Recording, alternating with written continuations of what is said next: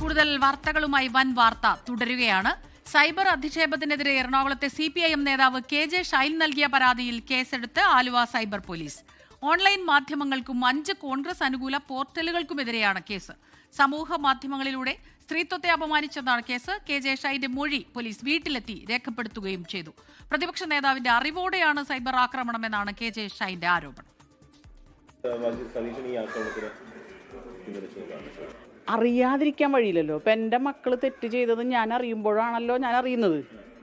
നമ്മൾ ആ ഒരു പ്രസ്ഥാനത്തെ സംബന്ധിച്ച് ആ പ്രസ്ഥാനത്തിലുള്ള ഉത്തരവാദിത്തപ്പെട്ടവരുടെ പോസ്റ്റുകൾ വന്നിട്ടുണ്ടെങ്കിൽ അതവർ അറിയാതിരിക്കില്ല എന്നാണ് ആ ഒരു ബോധ്യമാണ് എനിക്കുള്ളത്. സൈബർ അധിക്ഷേപത്തിൽ വൈപ്പിന്റെ MLA KN ഉണ്ണികൃഷ്ണനും പരാതി നൽകിയിട്ടുണ്ട്. കോൺഗ്രസ് പ്രാദേശിക നേതാവാണ് പ്രചാരണം അഴിച്ചുവിട്ടതെന്ന് KN ഉണ്ണികൃഷ്ണൻ ആരോപിച്ചു. ഞാൻ DGPക്കും മുഖ്യമന്ത്രിക്കും വൈപ്പിനുൾപ്പെടുന്ന മുനമ്പം DYSPക്കും ആലുവ SPക്കും എല്ലാം ഞാൻ പരാതി കൊടുത്തിട്ടുണ്ട്. ആ പരാതിയുടെ അടിസ്ഥാനത്തിൽ അദ്ദേഹത്തെയും വിളിക്കുമല്ലോ. അപ്പോൾ അദ്ദേഹത്തിന് ആ തെളിവുകളൊക്കെ നിരത്താം. എന്തായാലും ഇതിൻ്റെ പിന്നിൽ പ്രവർത്തിച്ച എല്ലാ ശക്തികളെയും നിയമത്തിൻ്റെ മുമ്പിൽ കൊണ്ടുവരാൻ നിയമ പോരാട്ടവും അതുപോലെ രാഷ്ട്രീയമായി ആർക്കെങ്കിലും ഇതിൽ പങ്കുണ്ടെങ്കിൽ രാഷ്ട്രീയമായി ഇതിനെ നേരിടാനുമാണ് ഞാനും എൻ്റെ പ്രസ്ഥാനവും തീരുമാനിച്ചിട്ടുള്ളത്. വ്യക്തിഹത്യ ആരംഭിച്ചത് എങ്ങനെയാണെന്ന് CPIM അന്വേഷിക്കട്ടെ എന്നാണ് പ്രതിപക്ഷ നേതാവ് VD സതീശന്റെ മറുപടി. ഇതുപോലത്തെ ഏത് കേസ് ഉണ്ടായാലും എൻ്റെ നെഞ്ചത്തോട്ട് കയറുന്നതിന് ആരെവിടെ ഈ കേസ് ഇങ്ങനത്തെ കേസ് ഉണ്ടായാലും പ്രതിപക്ഷ നേതാവിൻ്റെ എൻ്റെ വീട്ടിലേക്ക് മാർച്ച് ഞാൻ എന്ത് ചെയ്തിട്ടാണ് ഇതെങ്ങനെയാണ് ആദ്യം പുറത്തു വന്നതെന്ന് CPM അന്വേഷിക്കട്ടെ. കോൺഗ്രസ് ഹാൻഡിലൊക്കെ ഉണ്ടാകും. കാരണം കോൺഗ്രസ്സുകാർക്കെതിരായിട്ട് അവർ വ്യാപകമായ പ്രചരണം CPM ഹാൻഡിൽ നടത്തിയപ്പോൾ ഈ മാന്യതയൊന്നും ഉണ്ടായിരുന്നില്ലല്ലോ കഴിഞ്ഞ ഒരു മാസമായിട്ട്.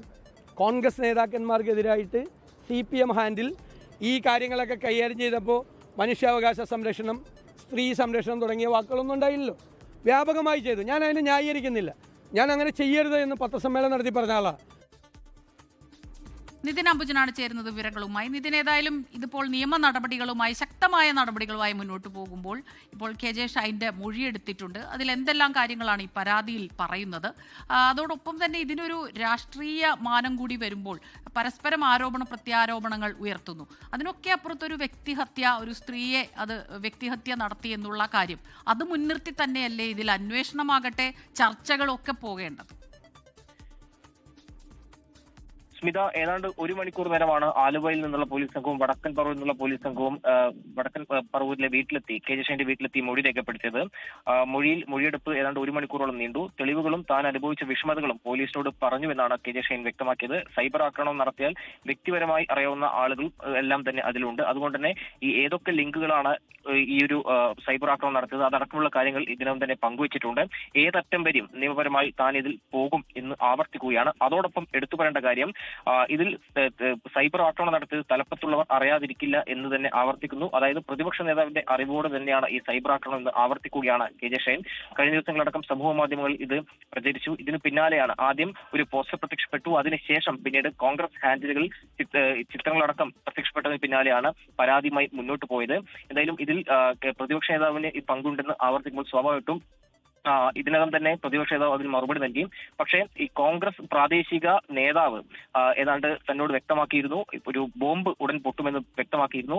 അതടക്കം ചേർത്ത് വയ്ക്കുമ്പോൾ ഇത് നേതൃത്വത്തിന്റെ അറിവോടുകൂടി തന്നെയാണ് ഈ ഒരു സൈബർ ആക്രമണം എന്ന് ഇപ്പോൾ വീണ്ടും ആവർത്തിക്കുന്നുണ്ട്. എന്തായാലും ഗോപാലകൃഷ്ണൻ ഇതുമായി ബന്ധപ്പെട്ട് മറുപടി പറയാൻ താൻ ഉദ്ദേശിക്കുന്നില്ല. ഇതിനെ തന്നെ ഗോപാലകൃഷ്ണൻ വ്യക്തമാക്കിയിരുന്നു. KJ ഷൈന്റെ ആരോപണം തള്ളിക്കൊണ്ട് ഗോപാലകൃഷ്ണൻ വ്യക്തമാക്കിയത് നിയമപരമായി നേരിടുമെന്നാണ്. എന്തായാലും ഗോപാലകൃഷ്ണൻ ആരോപണത്തിൽ മറുപടി പറയാനില്ല. പക്ഷേ നേതൃത്വത്തിന്റെ അറിവോടില്ലാതെ ഇത്തരമൊരു നീക്കം സൈബർ എടുത്ത് നടക്കില്ല.